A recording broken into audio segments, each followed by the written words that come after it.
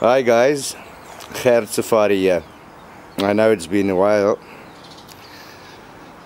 After a bad run-in with a Chinese air rifle 14 years ago, a rifle at that time that I bought for my son, this is the air rifle that restored my confidence in a pellet gun.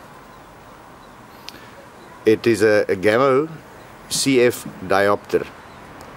The only difference being from a CFX that the factory actually drills a little 2.5 millimeter hole in the piston to regulate the power or the feet per second to below 650 feet per second for schools air rifle shooting. That little hole has since been plugged, so it's basically a Gecado CFX Royal. It's the first air rifle that allowed me to shoot very good groups, sort of pellet on pellet at about 15 yards, which I know is not very far. So when I saw in the classifieds a CFX, pardon me, the only real problem with this particular air rifle is the bad trigger. It's got a terribly long first and hard first stage pull. I do admit after that long pull it actually breaks quite cleanly. So when I read in the classifieds about a tuned CFX with an aftermarket trigger and specially machined spring guide, and the price looked fair, I was immediately interested. However, the clincher for this deal was that for a couple of bucks extra, this gentleman would throw in this.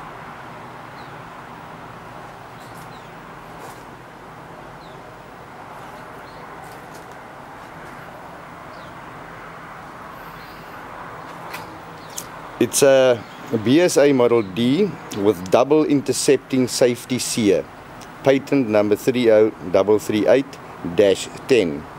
They were manufactured between 1911 and 1917. However, from the use of the serial number on the rifle,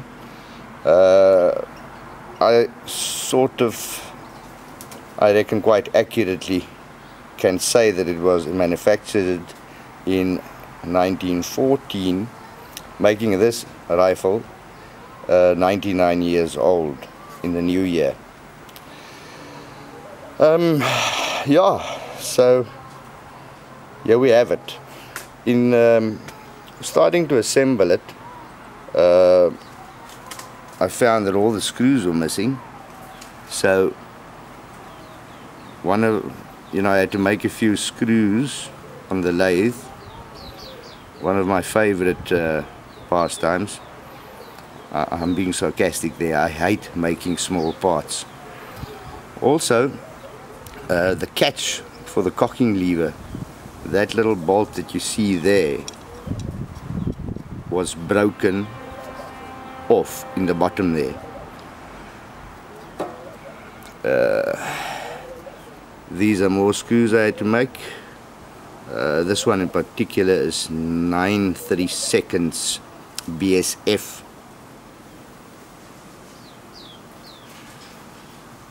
I'm going to get some cold gluing paste tomorrow and try and glue these things. I'll let you know how it turned out. There's the little adjusting screw for the sights, which was also gone.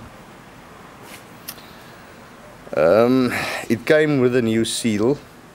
However, the screw that came with the seal was a M5 by 8, not close to the thread in the piston, so I simply just rethreaded the piston. There's the patent double sear,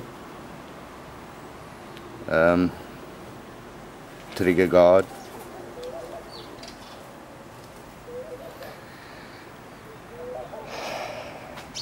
the stock. Unfortunately, long before I ever had this air rifle, and I'm sure before the person before me had it, wood boring beetle larvae got into the stock,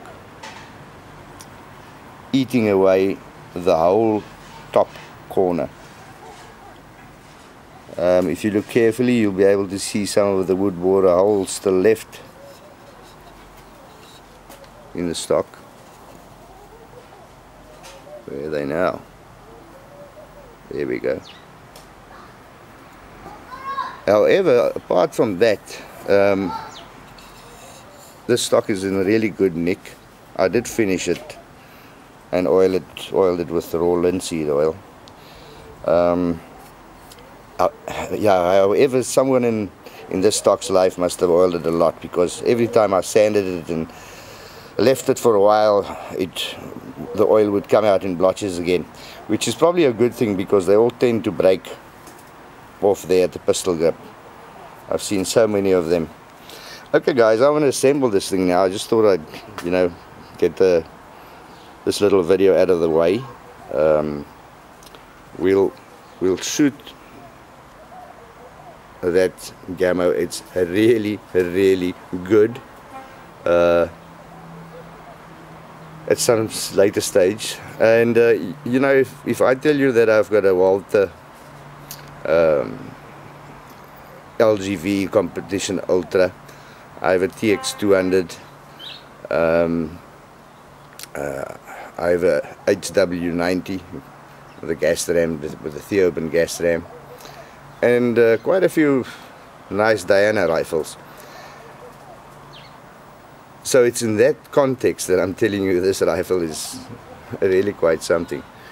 Guys, before I bore you, thanks for watching.